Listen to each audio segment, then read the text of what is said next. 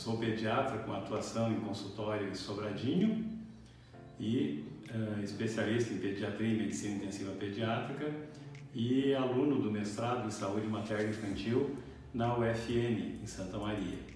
E vou falar para vocês sobre os cuidados do recém-nascido após o parto e nos primeiros dias durante a permanência da mãe no hospital.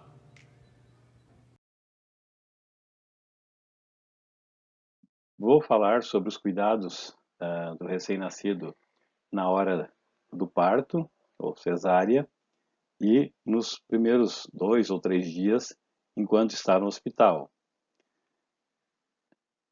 Dentro dessa exposição, tentar salientar os principais cuidados nos primeiros dias, né?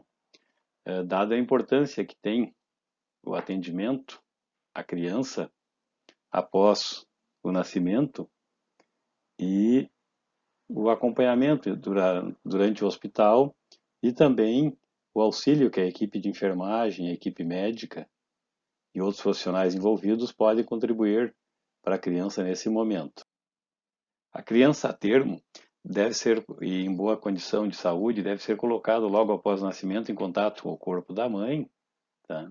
Em um ambiente aquecido, calmo, e deve ser minimizado a quantidade de procedimentos, tá? Durante a primeira hora. Fazer só o essencial, secar a criança, uma aspiração suave e uma observação se tem alguma alteração.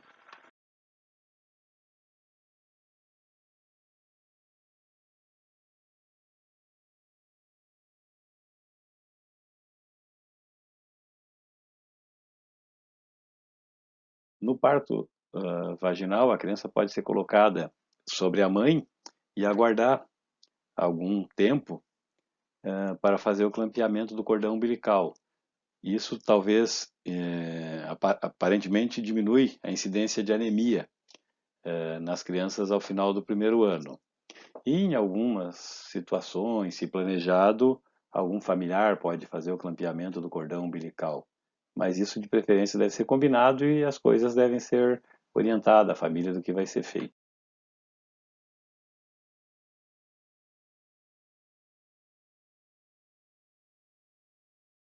O contato pele a pele, imediatamente após o nascimento, ajuda a aumentar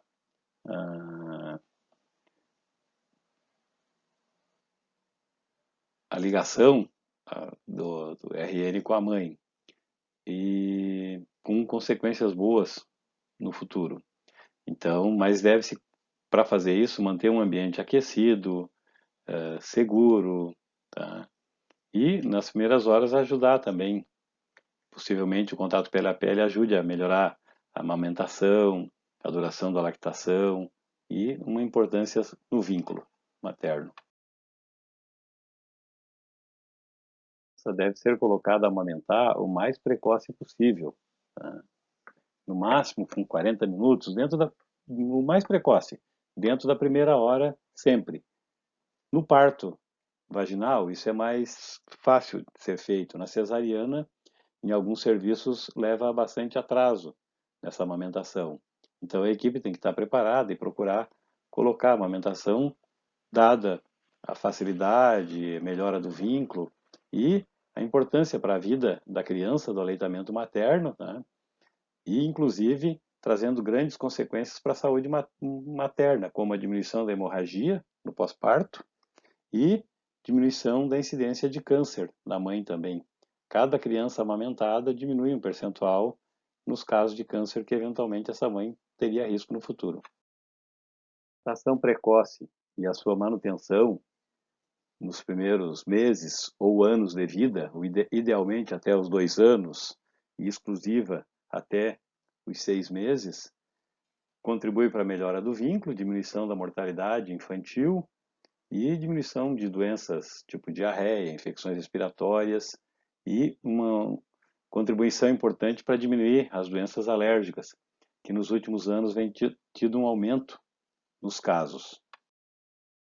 A amamentação, apesar de ser um processo fisiológico, a criança nasce com reflexo de procura, mas precisa o aprendizado da posição, paciência da mãe, auxílio da equipe, orientação, um ambiente calmo e seguro, o desestímulo ao uso de fórmula nos primeiros dias e, se possível, depois que a criança for para casa também.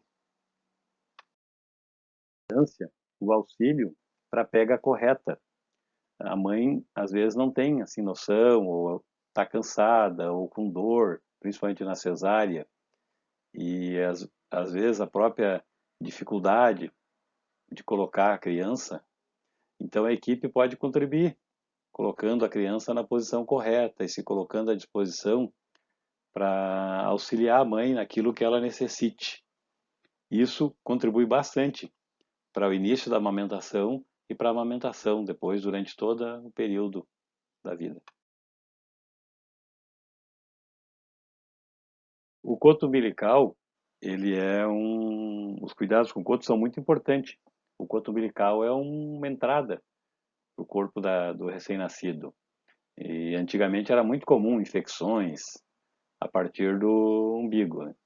Então é importante manter seco e a higiene com álcool 70 3 vezes ao dia, ou se quando a criança após o banho, ou se tiver úmido, secar bem, fazer higiene com álcool e deixar exposto sem uma gaze ou eventualmente com uma gaze seca.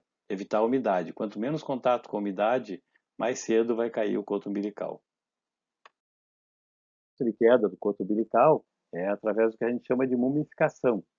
Então, quanto mais seco ele ficar, mais cedo ele vai cair. E é comum, após a queda, perto da queda do coto umbilical, ter sangramento, e mesmo após a queda do coto, aparecer um sangramento, sangue coagulado, no local. É bom orientação para as mães também sobre isso, para elas ficarem mais tranquilas. O recém-nascido, em geral, após a amamentação, ele dorme e tem um período assim de sono prolongado. E é importante tentar não interromper, porque o recém-nascido dorme em torno de 18 a 20 horas por dia, nos primeiros dias, primeira semana. E se ele estiver começando a iniciar o sono e for interrompido, ele pode ficar irritado, ter dificuldade para dormir, ficar choroso, e isso vai gerar estresse na mãe. Então a equipe tem que procurar, à medida que possa, algum procedimento, que possa se esperar o neném acordar, procurar respeitar o ritmo de sono da criança. Procurar orientar acompanhante ou visitas para manter o ambiente mais tranquilo, não tocar no recém-nascido. Se vê que ele está começando a ficar irritado ou querendo dormir, procurar deixá-lo tranquilo. Ambiente calmo, com temperatura agradável, sem muita luz, contribui bastante para acalmar e, consequentemente, a família fica mais tranquila. A posição mais segura para o recém-nascido dormir é em decúbito dorsal, ou famoso de barriga para cima. Cuidar excesso de roupa, procurar não deixar nada em volta do pescoço, nem alguma coisa na face. Nunca botar o neném dormir em decúbito ventral. Eventualmente, alguma criança que regurgite muito ou que se engasgue com frequência pode ser colocado em decúbito lateral. E sempre frisar para a família a importância do decúbito dorsal. A troca de fralda da criança, não existe uma regra assim de quanto em quanto tempo. De preferência, se a criança evacuar, procurar fazer a troca logo. Se urinar, dá para ter um pouquinho mais de paciência, esperar um pouco, esperar a criança acordar. Evitar também o uso de muitos produtos químicos, utilizar mais água, não precisa utilizar detergente, sabão. O próprio lenço umedecido deve ser evitado, que com frequência acaba causando irritações. Pomadas pode ser utilizado, creme preventivo de assaduras. Isso fica a critério, às vezes, da equipe médica ou até a mãe que tem vontade de utilizar alguma coisa que já orientaram para ela antes. Então, um evento frequente no bebê. Nas primeiras horas, depois que o nenê começa a se alimentar, ele começa a ter funcionamento do seu trato digestivo. Então, é comum alguns bebês ficarem chorosos. Então, orientar a mãe que isso é um evento normal e que o nenê pode estar chorando por um pouquinho de cólica, mas que não precisa medicar. E que, eventualmente, pode ser, ainda que não esteja pegando uma mamar correto, o nenê pode não estar ficando num ambiente calmo, não estar dormindo, evitar o uso de medicação. E existem as cólicas do lactente, ou as cólicas dos 3 meses, que começam mais tarde, em torno dos 20 dias de vida. O ideal é que todo nenê fosse amamentado exclusivamente no seio materno, ou complementado com leite a partir de banco de leite. Mas isso não é uma realidade sempre possível. Em algumas situações é necessário o uso de fórmula. E, neste caso, pediatra, a rotina do hospital, tem a fórmula que é orientada, e é bom, se a criança for ter aula utilizando fórmula, pedir para manter e ter o cuidado de aumentar o volume conforme a aceitação, que é muito frequente as crianças mamarem menos do que o ideal depois em casa. E sempre falar sobre a valorização do aleitamento materno, né? Que as fórmulas são uma substituição, que eles tentam chegar ao máximo próximo do leite materno, mas que não tem todas as vantagens do leite materno. Devem ser evitadas, jamais deveriam ser usadas nos primeiros dias do bebê, mas não existe assim um problema, tirando o desestímulo dela da amamentação, não tem assim um problema muito sério, mas podem ser utilizadas depois 10 dias, 15 dias, um mês, depende, é muito variável. Se for necessário, que alguns bebês se acalmam através da chupeta. Os acidentes são uma causa frequente de morbidade e mortalidade na infância e na vida adulta.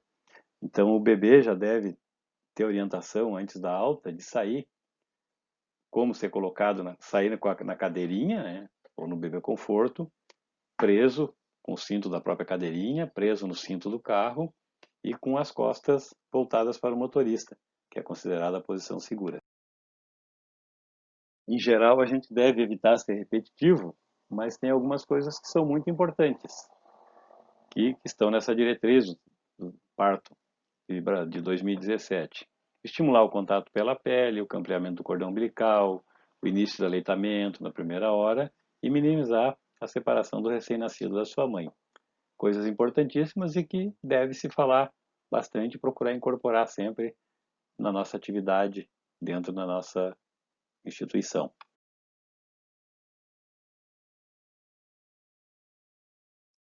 Devem ou podem ser feitas após a primeira hora colocação do colírio, pesagem, medição do recém-nascido, uso da vitamina, a identificação do recém-nascido. Alguns locais a vacina da hepatite B já é feita no hospital, então cada hospital tem que ver a sua rotina. A passagem de sonda é uma coisa que depende muito da rotina também do hospital. É uma coisa que depende do serviço, depende da pessoa que está atendendo.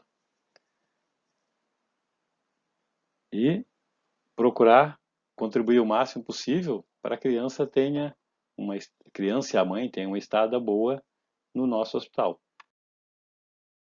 Agradeço às colegas que me cederam os slides, que a partir deles foi feita essa apresentação, e até uma próxima oportunidade.